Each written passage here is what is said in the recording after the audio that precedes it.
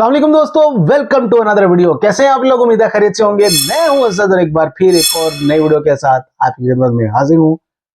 आज मैं पाकिस्तान चैनल के सेकंड पार्ट के ऊपर रिएक्शन करने वाला हूं। कल हमने इसके फर्स्ट पार्ट पे रिएक्शन किया था, देखेंगे कि आगे क्या कुछ हुआ। तो चलिए वीडियो को स्टार्ट करते हैं। वीडियो को एंड तक जरूर देखिएगा और चैनल को सब्सक्राइब करना न भूलिएगा। 250 साल जब एक तरफ पूरी दुनिया में बादशाह और मलकाओं की हुकूमत थी, लेकिन यहाँ अमेरिका में उनके पहले प्रेसिडेंट जॉर्ज वॉशिंगटन ने पहली बार एक प्रेसिडेंशियल सिस्टम बनाया जिसमें अमेरिकन का कोई बादशाह नहीं था और उनका प्रेसिडेंट भी सिर्फ 8 साल ही हुकूमत कर सकता था। और इस रूल को हमेशा कायम रखने के लिए अमेरिका के पहले सदर जॉर्ज वॉशिंगटन ने 8 साल बाद अपनी पोस्ट छोड़ दी। हालांकि उन्हें ऐसा करने की कोई जरूरत नहीं थी क्योंकि उस वक्त वो अपनी पावर के पीक पर थे, लेकिन उनकी इस कुर्बानी की वजह से आज तक अमेरिका का एक प्रेसिडेंट भी इस रूल को तोड़ नहीं सका। और इसके साथ ही दुनिया का सबसे बेहतरीन मेरिट का सिस्टम बनाया, जिसकी वजह से आहिस्ता आहिस्ता अमेरिका की इकोनॉमी पूरी दुनिया में सबसे तेजी से आगे बढ़ने लगी। मतलब सिर्फ कुछ ही सालों में अमेरिका की कॉटन इंडस्ट्री 1000% इंक्रीज हुई। लेकिन अब तक अमेरिका की ये सारी इकोनॉमी अफ्रीकन ब्लैक स्लेव्स की वजह से ही चल रही थी। लेकिन यहाँ एंट्री होती है अमेरिका के एक प्रेसिडेंट जो आज तक अमेरिका के सबसे फेमस प्रेसिडेंट है, अब्राहम लिंकन, जिन्होंने प्रेसिडेंट बनते ही अमेरिका में एक बिल पास किया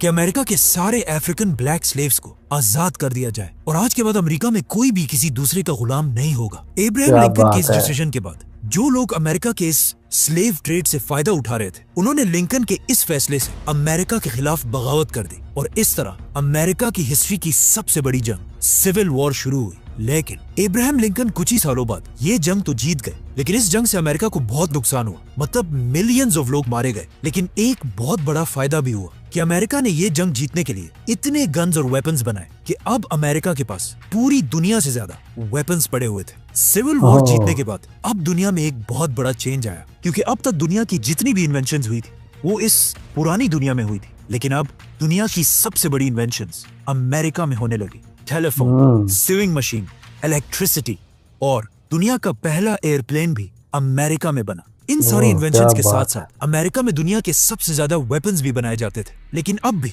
इन सारी चीजों के बाद भी अमेरिका दुनिया में एक पावर तो थी, लेकिन एक सुपर पावर नहीं थी। सुपर पावर अब भी यूरोप के कंट्रीज ब्रिटेन, फ्रांस और जर्मनी ही थे। तो अब अमेरिका को सुपर पावर बनने के लिए एक ऐसे इवेंट की जरूरत थी जिसमें ये सारे सुपर पावर्स खत्म हो जाए और सिर्फ अमेरिका ही बाकी रह जाए। और एग्जैक्टली ऐसा ही हुआ। ये सारी पुरानी सुपर पावर्स अचानक आपस में लड़ने लगी और इस तरह दुनिया की सबसे बड़ी जंग शुरू हुई, वर्ल्ड वॉर 1। वर्ल्ड वॉर 1 में एक तरफ दुनिया की सारी पुरानी सुपर पावर्स जब आपस में लड़ रही थी, तो अमेरिका इस जंग से बहुत दूर बिल्कुल आराम से ये सब कुछ देख रहा था। और ब्रिटिश एम्पायर की बहुत मिन्नतों के बाद भी वो इस जंग में आखिरी मिनट तक शामिल नहीं हुआ और पूरी जंग के दौरान अमेरिका इन सबको वेपन सप्लाई करता रहा।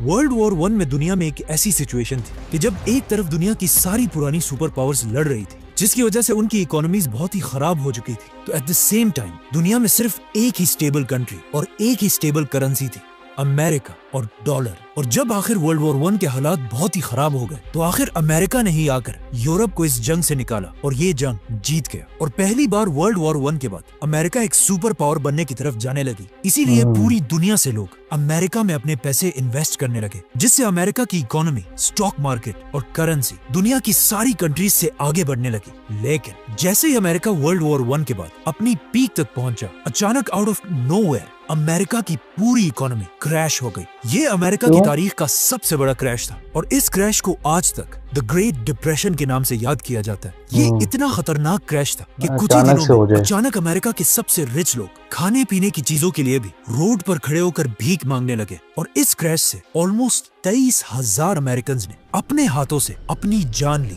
जिनमें से बहुत सारे लोगों ने अमेरिका के इन्हीं खूबसूरत बिल्डिंग से छलांग लगाई। अमेरिका की इसी तबाही का सबसे बड़ा फायदा यूरोप के एक नए यंग लीडर ने उठाया, जिसने पूरी दुनिया को बताया कि ये अमेरिका भी कोई इतनी बड़ी चीज नहीं है, तो हमें एक नए निजाम, एक नए सिस्टम की जरूरत है। और इस लीडर का नाम था एडोल्फ हिटलर। हिटलर के प्लान्स के पीछे पूरी जर्मन कौम खड़ी हुई और उन्होंने हिटलर को फुल सपोर्ट किया और इस तरह कुछ ही सालों में हिटलर जर्मनी का सबसे ताकतवर लीडर बन गया और आहिस्ता आहिस्ता उसके पास इतनी ताकत आई कि उसने जर्मनी के पास ही एक दूसरे मुल्क पोलैंड पर हमला कर दिया और इस तरह अगेन दुनिया में एक नई जंग शुरू हुई, वर्ल्ड वॉर 2। लेकिन इस वर्ल्ड वॉर 2 में भी अमेरिका ने बिल्कुल पहली जंग की तरह इस वॉर में हिस्सा नहीं लिया और अगेन बिल्कुल आराम से बैठकर सारों को वेपन्स भेजता रहा और अगेन एक तरफ सारी सुपर पावर्स लड़ रही थी और अमेरिका इस सब से प्रॉफिट हासिल कर रहा था और इस तरह जंगों से पैसे कमाना अमेरिका की आज तक आदत है। वहाँ जर्मनी में हिटलर बहुत तेजी से अपने वेपन्स और आर्मी को बढ़ा रहा था और बार बार हर जगह जाकर अपनी स्पीचेस में यही कहता था कि हमारे जर्मनी के हारने की वजह सिर्फ एक ही, यहूदी। इन्हीं की वजह से हम पिछली जंग हारे हैं और हिटलर के ऑर्डर्स पर जर्मनी ने यहूदियों पर जुल्म करना शुरू किया। लेकिन अब यहाँ मसला ये था कि यहूदी उस जमाने में भी दुनिया के सबसे इंटेलिजेंट लोग थे और दुनिया के ऑलमोस्ट सारे बड़े साइंटिस्ट यहूदियों में से ही थे। इन्हीं में से एक जर्मन यहूदी साइंटिस्ट का नाम था एल्बर्ट आइंस्टाइन। जैसे हिटलर ने ग्रेट हिस्ट्री बता रहे हैं तो आइंस्टाइन जर्मन होते हुए भी अमेरिका को सपोर्ट करने लगे और अचानक एक दिन वर्ल्ड वॉर 2 शुरू होते ही आइंस्टाइन ने जर्मनी में बैठकर एक बहुत ही सीक्रेट लेटर उस वक्त के अमेरिकन प्रेसिडेंट रूजवेल्ट की तरफ भेजा और इस लेटर में एक बहुत ही इंपॉर्टेंट बात लिखी थी। From Albert Einstein to the President of the United States, Mr. President, मैं आपकी तरफ एक बहुत ही सीक्रेट और इम्पोर्टेंट लेटर भेज रहा हूँ। जर्मनी का फ्यूरर हिटलर एक बहुत ही खतरनाक टेक्नोलॉजी पर काम कर रहा है जिसके बाद दुनिया में कोई भी उसके सामने खड़ा नहीं हो सकेगा, एटॉमिक बॉम्ब। ये लेटर मैं आपकी तरफ इसलिए लिख रहा हूँ कि आप अमेरिका के सारे फिजिसिस्ट को जमा करके एक अमेरिकन एटम बम पर काम शुरू कर दें ताकि अमेरिका जर्मनी से पहले ही एटम बम बना सके। बाय द वे, इस लेटर के बाद आइंस्टाइन अपनी मौत तक इसे रिग्रेट करता रहा। रूजवेल्ट ने आइंस्टाइन का ये लेटर पढ़ने के बाद इस पर फुल स्पीड एक्शन लिया और इस तरह अमेरिका एक आम फुटबॉल स्टेडियम के नीचे एटम बम बनाने लगा। अब जब अमेरिकन साइंटिस्ट एटम बम पर काम कर रहे तो अचानक जापान, जो उस वक्त जर्मनी का साथी था, उसने अमेरिका के एक पोर्ट पर हमला कर दिया। में 2500 अमेरिकन मारे गए और बहुत सारे शिप्स और जहाज तबाह हुए। तो अब मजबूरन अमेरिका, जो अब तक इस जंग से बाहर था, उसे इस जंग में आना ही पड़ा और अमेरिका अपनी पूरी फौज 1 करोड़ सोल्जर्स के साथ, जिसमें सिविलियंस भी शामिल थे, वर्ल्ड वॉर 2 में दाखिल हुए। जिसके कुछ ही सालों बाद बिल्कुल वर्ल्ड वॉर 1 की तरह जर्मनी दोबारा ये जंग हार गई और उसके लीडर एडोल्फ हिटलर ने अपने आप को एक कमरे में बंद करके खुदकुशी कर ली। जर्मनी तो इस जंग से निकल गया, लेकिन उसका साथी जापान अभी भी इस जंग में था। तो अमेरिकन प्रेसिडेंट रूजवेल्ट ने जापान के एम्परर हिरोहितो को ये वार्निंग दी कि सरेंडर करो, वरना हम तुम्हारा ऐसा हाल करेंगे कि आने वाली पूरी दुनिया उसे याद करेगी। लेकिन ऑफ कोर्स जापान ने सरेंडर नहीं किया और उसके एम्परर ने सोचा कि ज्यादा से ज्यादा ये क्या कर लेंगे, लेकिन उसे इस बात का पता नहीं था कि आइंस्टाइन के लेटर के बाद अब अमेरिका का एटम बम बिल्कुल रेडी था। तो आखिर अमेरिका के नए प्रेसिडेंट हैरी ट्रूमन ने अपने ऑफिस में एक मीटिंग बुलाई, जिसमें अमेरिकन प्रेसिडेंट ने अपने जनरल से पूछा कि हम आखिर जापान को कैसे सरेंडर पर मजबूर कर सकते हैं। तो उसके जनरल्स ने कहा कि जापानीज लोग एक बहुत ही खतरनाक कौम है, वो इतनी आसानी से सरेंडर नहीं करेंगे। जिस पर आखिर वहाँ बैठे सारों ने दुनिया का पहला एटम बम यूज करने का फैसला किया।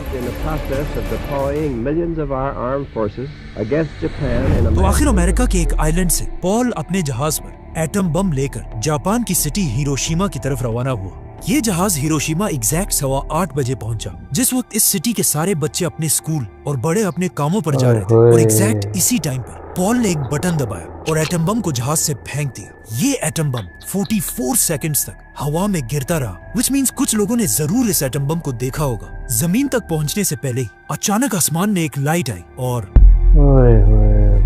विदिन अ सेकंड 70,000 लोग खत्म हो गए। अब जब जापान ये पता ही लगा रहा था कि उसके साथ हुआ क्या है, तो अचानक सिर्फ 3 दिन बाद अमेरिका ने जापान के दूसरे शहर नागासाकी पर भी एक और एटम बम गिरा दिया, जिसमें 40,000 लोग मारे गए। इन धमाकों के बाद यूएस प्रेसिडेंट ने दोबारा जापान के एम्परर को वार्निंग दी कि सरेंडर करो, वरना हमारा नेक्स्ट टारगेट टोक्यो होगा। और मजबूरन जापान के एम्परर ने सरेंडर कर दिया। इन धमाकों के बाद अमेरिका में एक बहुत ही इंटरेस्टिंग सर्वे किया गया जिसमें अमेरिकन से पूछा गया कि अमेरिका ने ये बम डालकर सही किया या गलत, जिसमें 85% लोगों ने ये कहा कि अमेरिकन प्रेसिडेंट ने बिल्कुल सही फैसला किया है। लेकिन आहिस्ता आहिस्ता लोग इस फैसले के खिलाफ होते गए और ये नंबर 85% से 50% तक आ गया, क्योंकि लोगों को समझ आ गई कि ये हमला अमेरिका ने बिल्कुल आम इनोसेंट सिविलियंस पर किया था। आपने सुना होगा कि जिन पायलट्स ने ये एटॉमिक बॉम्ब्स इन सिटीज पर गिराए थे उन्होंने भी इसके बाद सुसाइड कर लिया था, लेकिन ये भी बिल्कुल झूठ है, बल्कि ये दोनों अपनी मौत तक इन बॉम्ब्स को डिफेंड करते रहे। लेकिन कहीं ना कहीं इनके दिल में जरूर कोई शर्मिंदगी होगी, क्योंकि इन्होंने ये वसीयत की थी कि हमारे मरने के बाद हमारे जिस्मों को दफनाने की बजाय आग लगा दी जाए। वर्ल्ड वॉर 2 के बाद अब पूरी दुनिया ने अमेरिका की ताकत को देख लिया था और अब अमेरिका एक सुपर पावर बन चुका था और अमेरिका की इकोनॉमी, डॉलर फुल पावरफुल हो चुकी थी, जिसके बाद अमेरिका ने यूएन बनाकर अपनी ताकत और भी मजबूत की और अमेरिका पहली बार दुनिया का वाहिद सुपर पावर बना और दुनिया की सारी कंट्रीज ने अमेरिका के सामने अपना सर झुका दिया, सिवाय एक कंट्री के।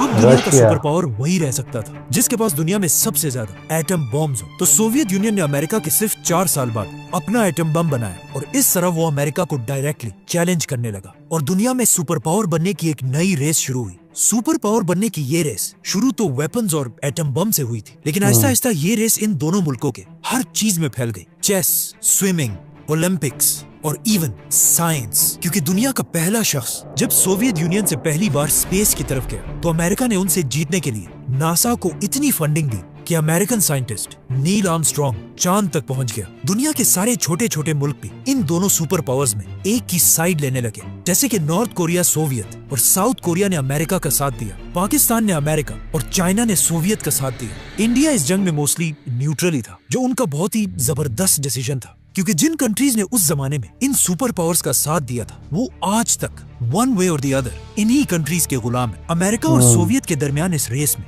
पहले तो लड़ाई बहुत सख्त थी, लेकिन आहिस्ता आहिस्ता अमेरिका की स्ट्रॉन्ग इकोनॉमी के सामने सोवियत खड़े नहीं हो सके और आखिर इस 40 साल की कोल्ड वॉर के बाद 1991 में सोवियत यूनियन टूट गया और अगेन एक बार फिर दुनिया का वाहिद सुपर पावर अमेरिका बना। अगर देखा जाए, जब पिछली सदी शुरू हुई 1900s में तो दुनिया में बहुत सुपर पावर्स थे, ब्रिटिश एम्पायर, फ्रांस, जर्मनी, उस्मानिया, रशिया, लेकिन उस सदी के खत्म होते दुनिया का सिर्फ एक ही सुपर पावर बाकी रहा, America. There is the United States of America. लेकिन नई सदी शुरू होते अमेरिका के सबसे tallest towers world trade centres पर हमला किया गया। सब्सक्राइब। तो ये था इस वीडियो का सेकंड पार्ट। ये वीडियो बहुत ज्यादा इंटरेस्टिंग और इंफॉर्मेटिव थी, क्योंकि इसके अंदर इन्होंने बिल्कुल डिटेल के साथ अमेरिका की हिस्ट्री बताई कि कैसे अमेरिका डिस्कवर किया गया और फिर वो किन किन हालात से गुजरता हुआ सुपर पावर बना। मुझे इनकी हर वीडियो इसलिए पसंद होती है कि ये जो हिस्ट्री बताते हैं यार, बहुत डीप लेवल से लेके समझाते हैं। वीडियो को लाइक कीजिएगा, शेयर कीजिएगा और चैनल को सब्सक्राइब जरूर कीजिएगा। मुझे दिन इजाजत, मिलते हैं एक और नई वीडियो के साथ। तब तक रखिएगा अपना बहुत सारा ख्याल। अल्लाह हाफिज।